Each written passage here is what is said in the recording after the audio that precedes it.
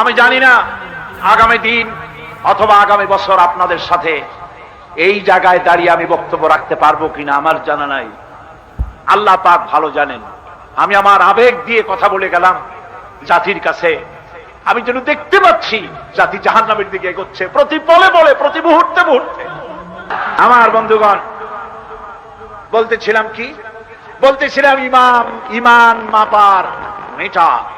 ইমান মাপার মিটার হচ্ছে অন্যায় কাজ দেখলে দু হাতে ফিরাও, না পারলে মুখ দিয়া বাধা দাও, না পারলে মনে মনে এটাকে পরিবর্তনের চেষ্টা করো। আল্লাহ যেন আমার গোটা জাতিকে হেদায়েত দেন, বলি আমিন। যারা দেশ চালাচ্ছেন তাদেরকে যেন আল্লাহ এই কথাটা বোঝার তৌফিক দেন, ইসলাম কি এটা বোঝার তৌফিক যেন আল্লাহ তাদের দেন।